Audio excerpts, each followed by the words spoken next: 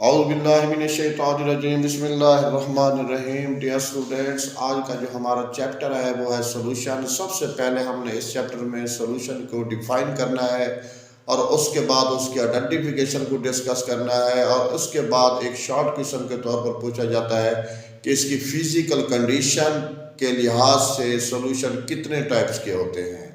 आइए इसी बात पर डिस्कस करते हैं। सबसे पहली बात ये है कि solution is the homogeneous mixture. सबसे पहला पॉइंट आपने ये डिस्कस करना है कि सोल्यूशन एक होमोजेनियस मिक्सचर होता है और उसमें दो या दो से ज्यादा सब्सटेंस हो सकते हैं, यानी कि दो भी सब्सटेंस हो सकते हैं, दो से ज्यादा भी सब्सटेंस हो सकते हैं।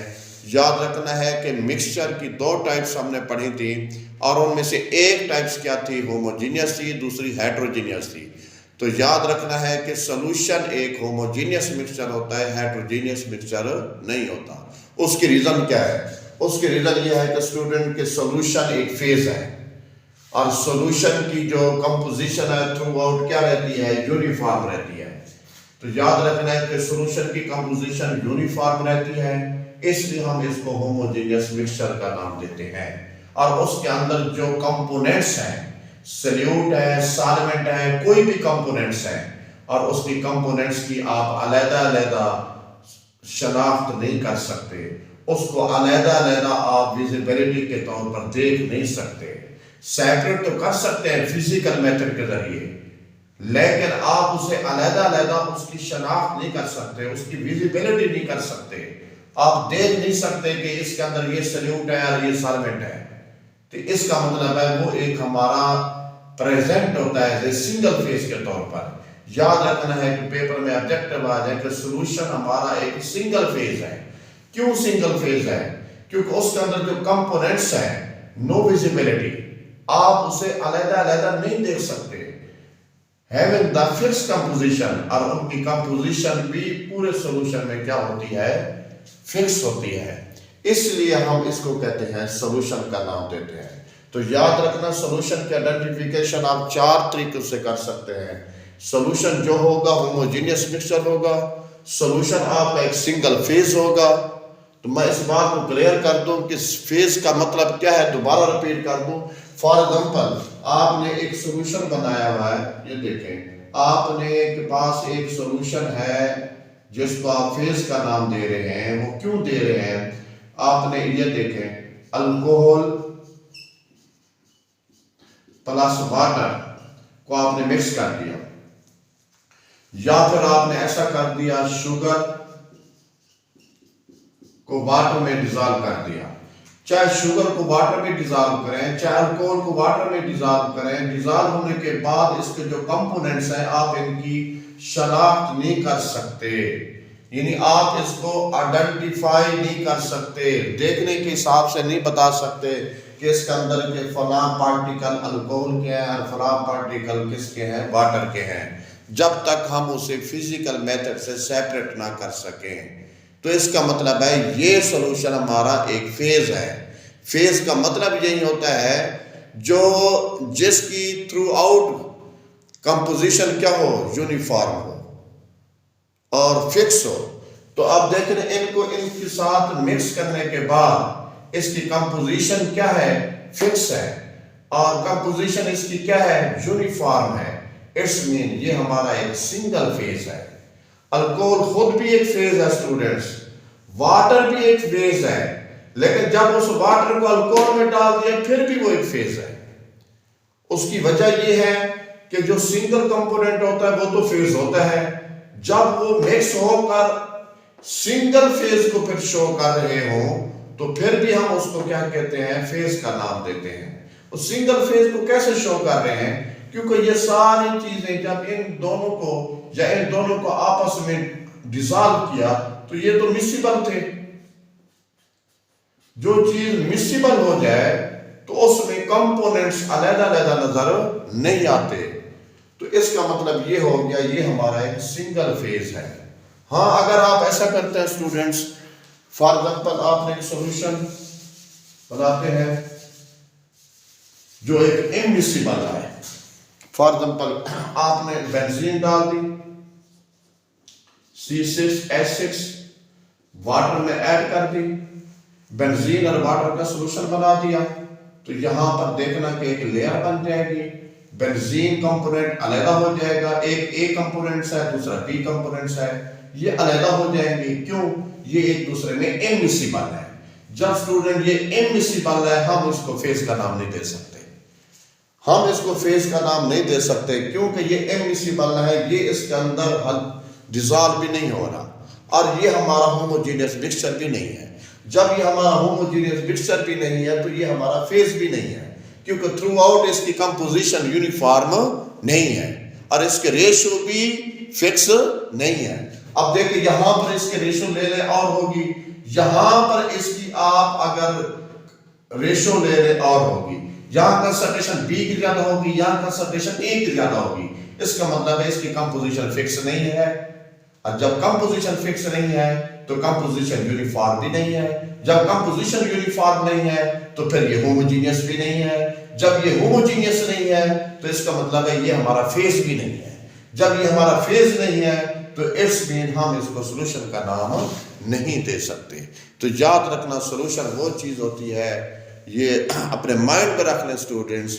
एक तो उसकी पहचान होगी वो वन फेज हो, चाहे देखो ना, फेज मीन का मतलब ये नहीं है कि उसके अंदर सिंगल कंपोनेंट हो, चाहे उसके अंदर 10 कंपोनेंट क्यों ना हो, चाहे उसके अंदर 2 से ज्यादा जितने कंपोनेंट डाल दें, लेकिन बात ये हो रही है कि उसकी जो कंपोजिशन है ना वो फिक्स हो और यूनिफॉर्म हो, और उसके अंदर जो कंपोनेंट्स हैं वो आपको अलग-अलग नजर ना आए। तो इसका मतलब ये होगा कि उसकी विजिबिलिटी ना हो। विजिबिलिटी किसे कहते हैं? अलग-अलग नजर ना आ सके, नो विजिबिलिटी। मैंने पॉइंट लिखा है, no visibility of component in solution, यानी सॉल्यूशन में उसकी विजिबिलिटी ना हो, तो इसमें वो आपका क्या होगा? फेज होगा। अगर याद रखना ये सॉल्यूशन एक फेज है, तो याद रखना है कि सॉल्यूशन एक फेज है, तो फेज का मतलब भी यही होता है जिसकी कंपोजिशन भी यूनिफॉर्म रहे और उसके बाद कंपोजिशन फिक्स भी रहे, और उसके कंपोनेंट्स को हम अलग-अलग फिजिकली तरीके से तो अलहदा कर सकते हैं, फिजिकल मेथड से अलहदा सेपरेट कर सकें, लेकिन उसकी विजिबिलिटी ना हो, उसको देख ना सकें, तो उस चीज़ का नाम होता है क्या? फेज। तो सॉल्यूशन एक फेज है, तो ये है सॉल्यूशन की आइडेंटिफिकेशन। उसके बाद एक क्वेश्चन आता है जिसको हमने डिस्कस करना है, वो है क्वेश्चन ये है कि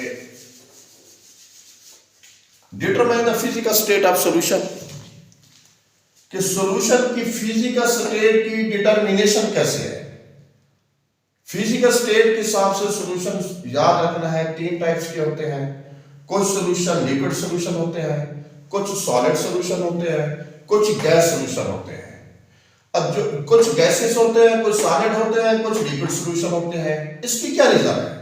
याद रखना कि physical state of solution depend upon the physical state of solvent. इसका मतलब है कि जो हमारा सॉल्वेंट की नेचर होगी, जो सॉल्वेंट की नेचर होगी, चाहे सॉल्वेंट अगर सॉलिड है तो सॉल्यूशन भी आपका सॉलिड होगा, अगर आपका सॉल्वेंट लिक्विड फॉर्म में है तो सॉल्यूशन भी लिक्विड फॉर्म में होगा, अगर सॉल्वेंट गैसेस फॉर्म में है, गैस फॉर्म में है, तो सॉल्यूशन भी गैसेस फॉर्म में होगा।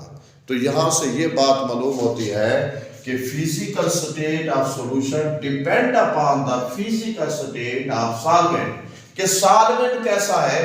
सॉल्वेंट अगर लिक्विड है तो सॉल्यूशन लिक्विड सॉल्यूशन होगा, अगर सॉल्वेंट सॉलिड है तो सॉल्यूशन भी सॉलिड होगा, अगर सॉल्वेंट गैसेस है तो सॉल्यूशन भी गैसेस होगा।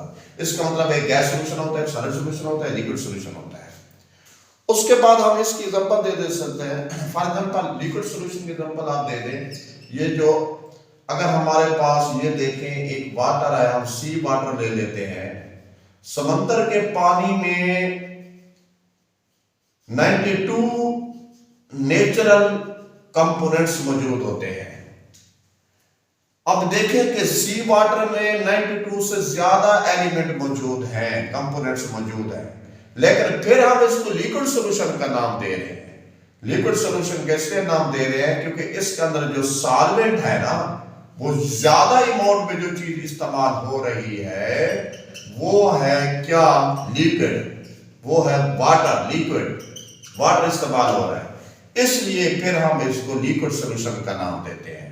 तो सी वाटर जो होता है, समंदर के पानी में 92 नेचुरल एलिमेंट्स कंपोनेंट्स मौजूद होते हैं। अगर ऑब्जेक्टिव आ जाए 92 होते हैं, उसमें से सॉलिड पार्टिकल भी हैं।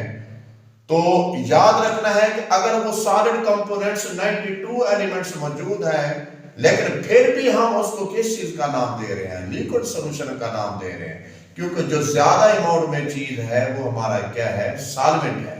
तो सॉल्वेंट की वजह से हम उसको लिक्विड सोल्यूशन का नाम दे रहे हैं। उसके बाद है गैस सोल्यूशन, जिस तरह इसकी बेहतरीन एग्जांपल है एयर। अब देख लें कि students, air is the mixture, लेकिन कौन सा मिक्सचर है स्टूडेंट्स? होमोजेनियस मिक्सचर है। अब इस होमोजेनियस मिक्सचर में डिफरेंट गैसेस मौजूद है। इसके अंदर हाइड्रोजन गैस भी है, इसके अंदर नाइट्रोजन गैस भी है, इसके अंदर ऑक्सीजन गैस भी है, इसके अंदर कार्बन डाइऑक्साइड गैस भी है, इसके अंदर डस्ट पार्टिकल्स भी मौजूद हैं, कार्बन भी है, सल्फर भी मौजूद है। लेकिन याद रखना, इसके अंदर नोबल गैसेस भी मौजूद है, डिफरेंट गैसेस मौजूद है। लेकिन याद रखना कि इसके अंदर सबसे ज्यादा अमाउंट जो पाई जाती है वो एक नाइट्रोजन गैस है।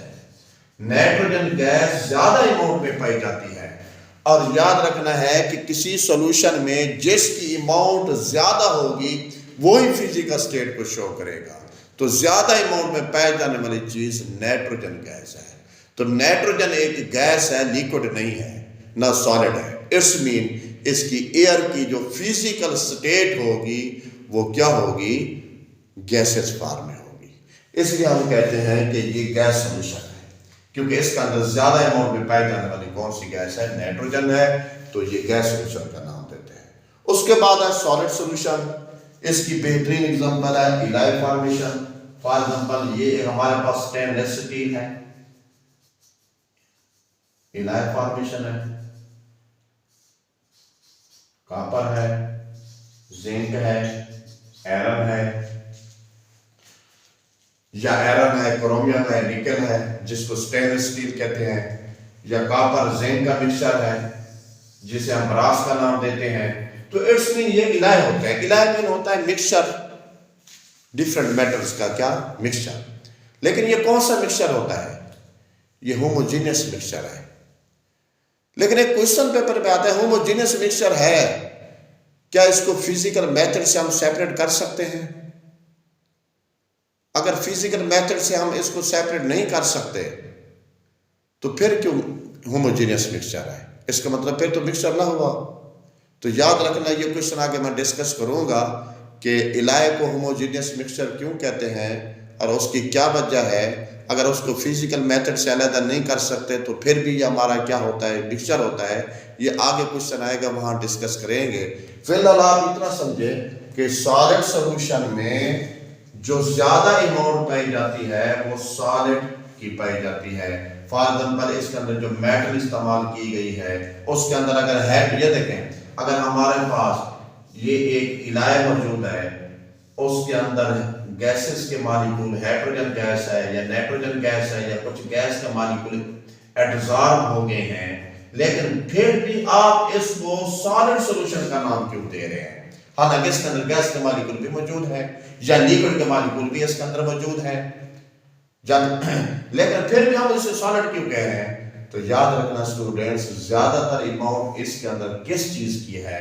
वो है सॉलिड की। सॉल्वेंट हमारा सॉलिड है, इसलिए alloy is the example of solid solution, air is the example of gas solution, और sea water is example of liquid solution.